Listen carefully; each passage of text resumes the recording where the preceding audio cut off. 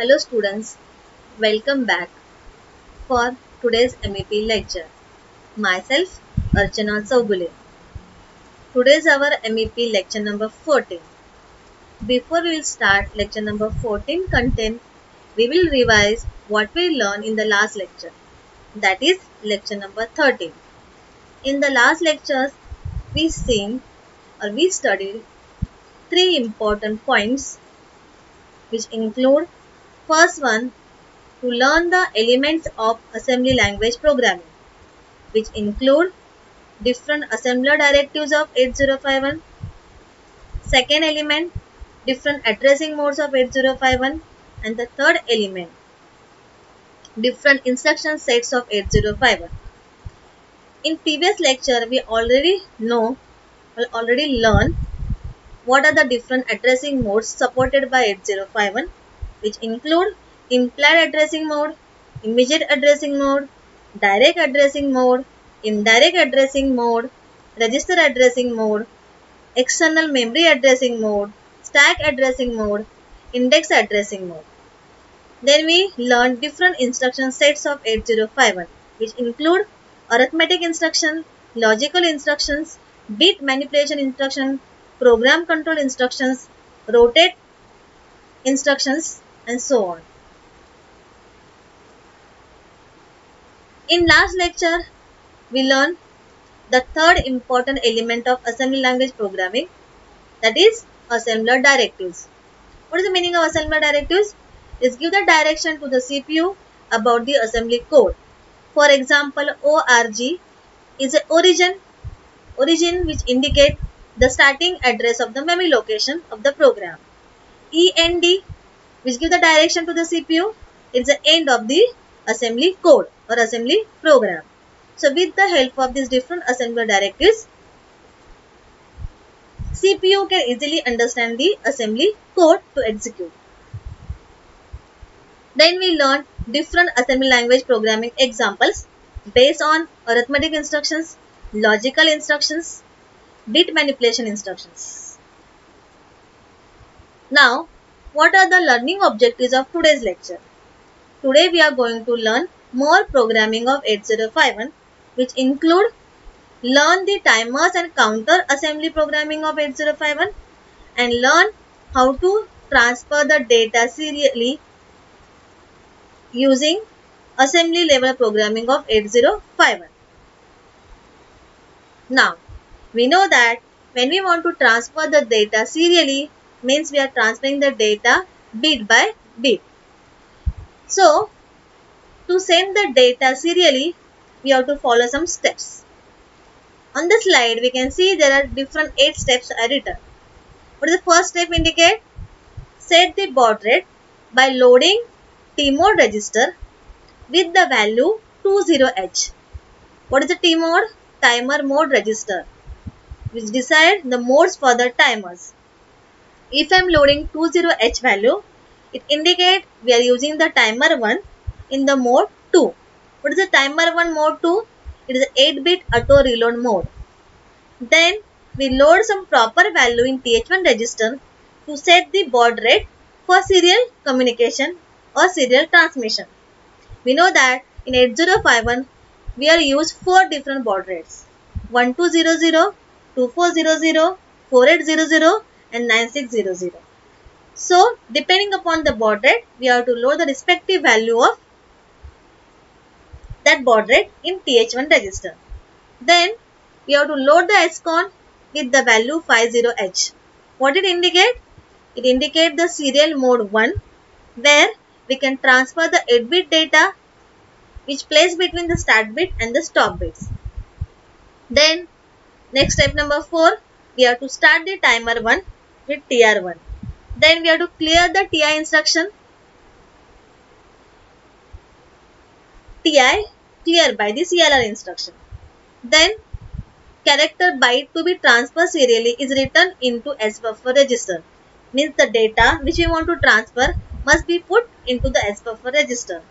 Then step number 7, TI flag bit is monitored with the use of instruction JNB TI, XX to see if the character has been transferred completely. Then step number 8, to transfer the next byte, next character, go to the step number 5, that is TI is clear by CLR TI instruction. So these are the steps you have to follow when you want to send the data serially. Now to understand the value of 20H in the T mode, I have shown the diagram of T mode here. We know that T mode is a 8-bit register which having the lower 4 bit assigned for timer 0 and higher 4 bit assigned for the timer 1. Here we are using the timer 1 mode 2. That means we are not using the timer 0. So lower 4 bits of T mode are 0. That is, out of 20H, 0 is timer 0 value. Then why we are getting the 2 value in the higher 4 bits? Or how? Let's see. We know that what is the use of gate bit? It indicates whether timer will be started by the software or the hardware. If we are writing the value 0 in the gate bit, that means we are starting the timer with the software. Then C/T bit will decide whether we are using 16-bit register as a counter or timer. Here we are using the timer, so that bit is also 0. So gate bit 0, C/T bit 0. Then we are using the mode 2. So what is the value of mode 2 in M1 and M0? 1, 0. So in the higher 4 bits of T mode having 0, 0, 1, 0. So 0, 0, 1, 0 means 2 and the remaining 0, 0, 0, 0 means 0. So that is 2, 0. That's why we are loading the 20H value in T mode register, which indicate we are using timer 1 mode 2. And here we are starting the timer by the software. Then we will see the SCON structure of 50H. Now we know that SCON also 8-bit register. In that SCON again, lower 4 bits we are not using, that is 0 bit, 1 bit, 2 bit and 3 bits. So lower nibble is 0, that is TB8, RB8, TI and RI, all are 0 bits in the SCON. That's why it is 0 out of 50H. Now how we are getting the 5 value in upper 4 bits of SCON? Let me see. Now SM0, SM1 indicate the mode. Which mode we are using here? Mode 1. That means SM0 bit is 0, that is 7th bit is 0, 6th bit is 1. So we are getting 0, 1, 7 and 6 bit. Then when we talk about the 5th and 4th bit, now SM2 bit we are not using, so this is again 0 and REN indicate receive enable, which you want to enable the receiving in serial communication. So that's why this bit is 1. So what is the value of SCON we are getting? 0, 1, 0, 1 and remaining bits are 0, 0, 0, 0. So 0, 1, 0, 1 means 5 and 0, 0, 0, 0 means 0. That's why 50H value we are loading in SCON register. Now we will see simple assembly code for the program to transmit the character to the hyperterminal. Now we know that we have to put some value in SCON and T mode. So we are using the serial communication in the mode 1. We are moving 50 in SCON. Means we are loading 50H in SCON. Then we are loading 20H in T mode to use the timer 1 in mode 2. Then we are using some baud rate. So respective baud rate value we are loading in TH1. Here we are using TH1 comma hash minus 3. Then set TR1. We are starting the timer 1 because we are using timer 1 here. Then we want to transfer the character S. So that S character we are transferring to the S buffer register with the help of move S buffer comma hash S. Then decrement the value of the timer till it is become 0. Which bit we are using? We are writing the instruction JNB TI comma hash. That means jump if not bit of TI. Then CLR RI. That means clear receive interrupt. Then CLR TR1. Clear timer 1. So with the help of these instructions we can transfer the single byte, means single character to the hyperterminal. Now next program is that to transfer the letter A, where they mention the baud rate 4800. So what the changes will be coming into the program? We have to send the A serially at the baud rate 4800. So we are loading the TH1 minus 6, which indicate the value of the baud rate is 4800. Then here move T mode has 20H, means timer 1 mode to auto reload mode. Then move TH1 comma hash minus 6 means baud rate is 4800. Then move SCON comma hash 50H means we are using the 8 bit, one start bit and one stop bit. That is the mode 1 for serial communication. Then set bit TR1, start the timer 1. Then again move SBuff comma hash A. That means it transfer the letter A to S buffer.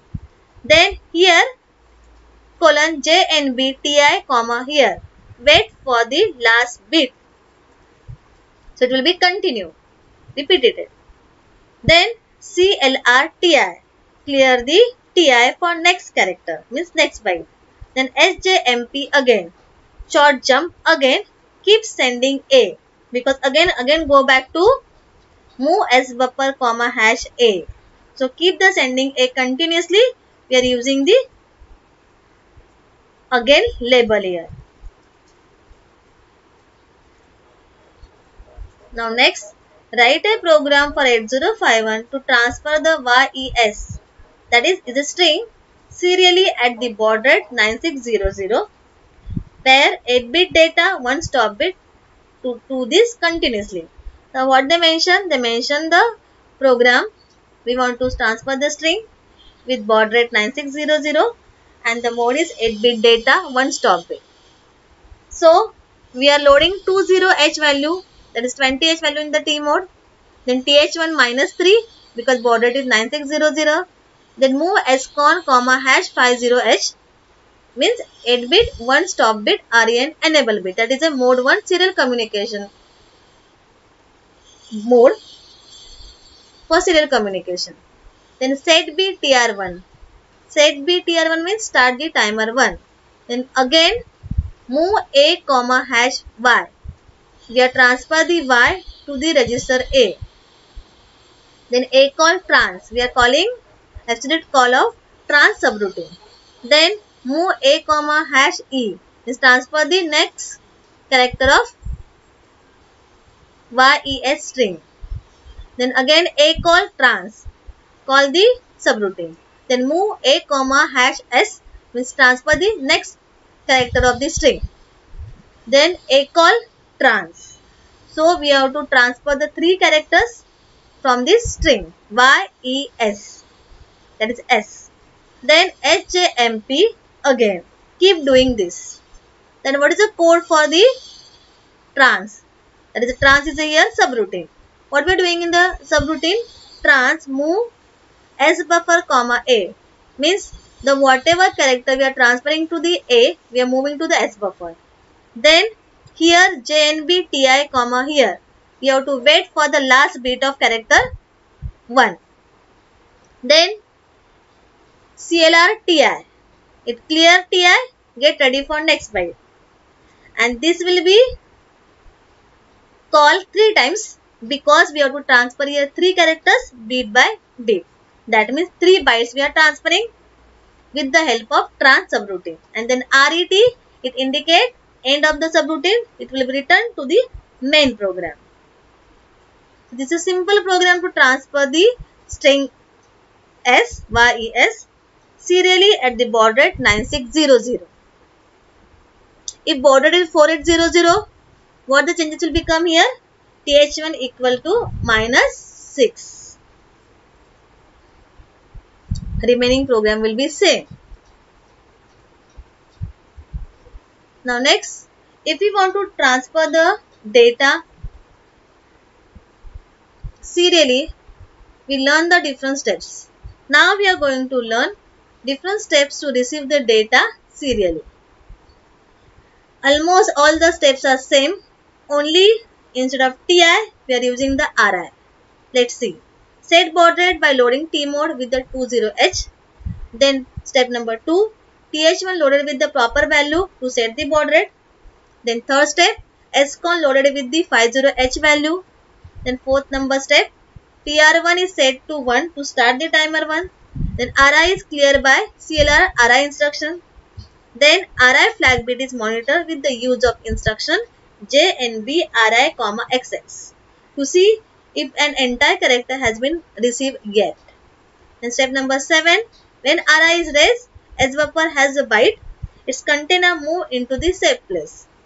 Then last step number 8, to receive the next character, go to step number 5, that is RI is cleared by CLR RI instruction.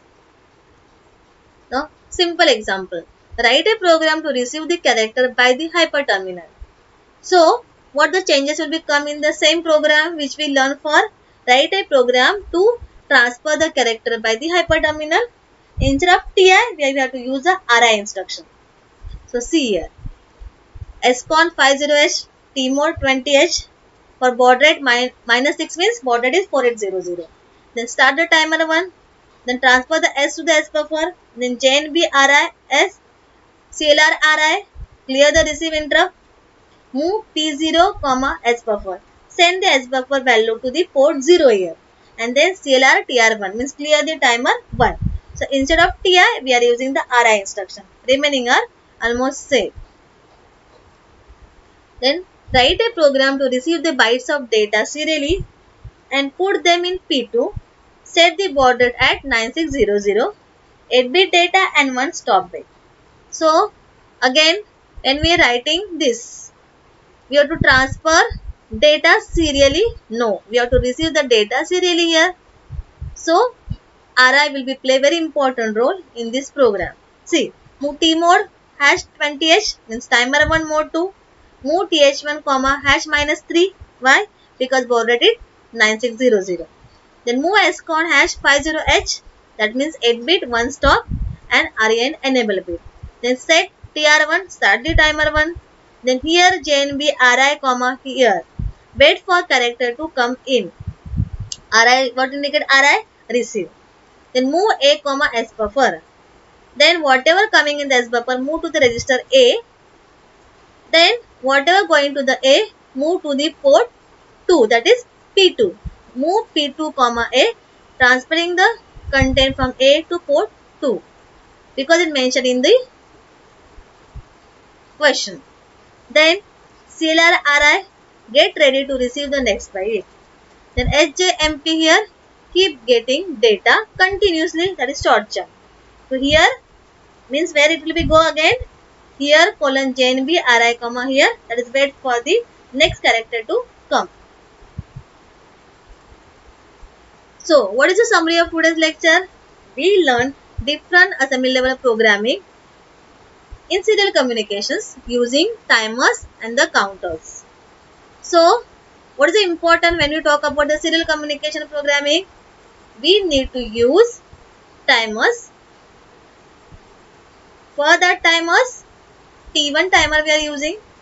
Then to use the different modes of the timers, we have to use the T mode register. Then to go for the serial communication mode, we are using the SCON, which control the operation of the serial communications. And to transfer the data or receive the data serially, we require to use S buffer register. So these are very important for the assembly code of 8051 for serial communication. This is a textbook, M.A. Masidi book.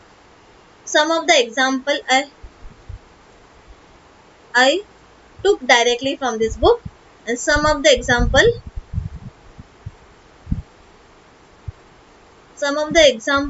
of the assembly code I refer from the website which I mentioned in the references.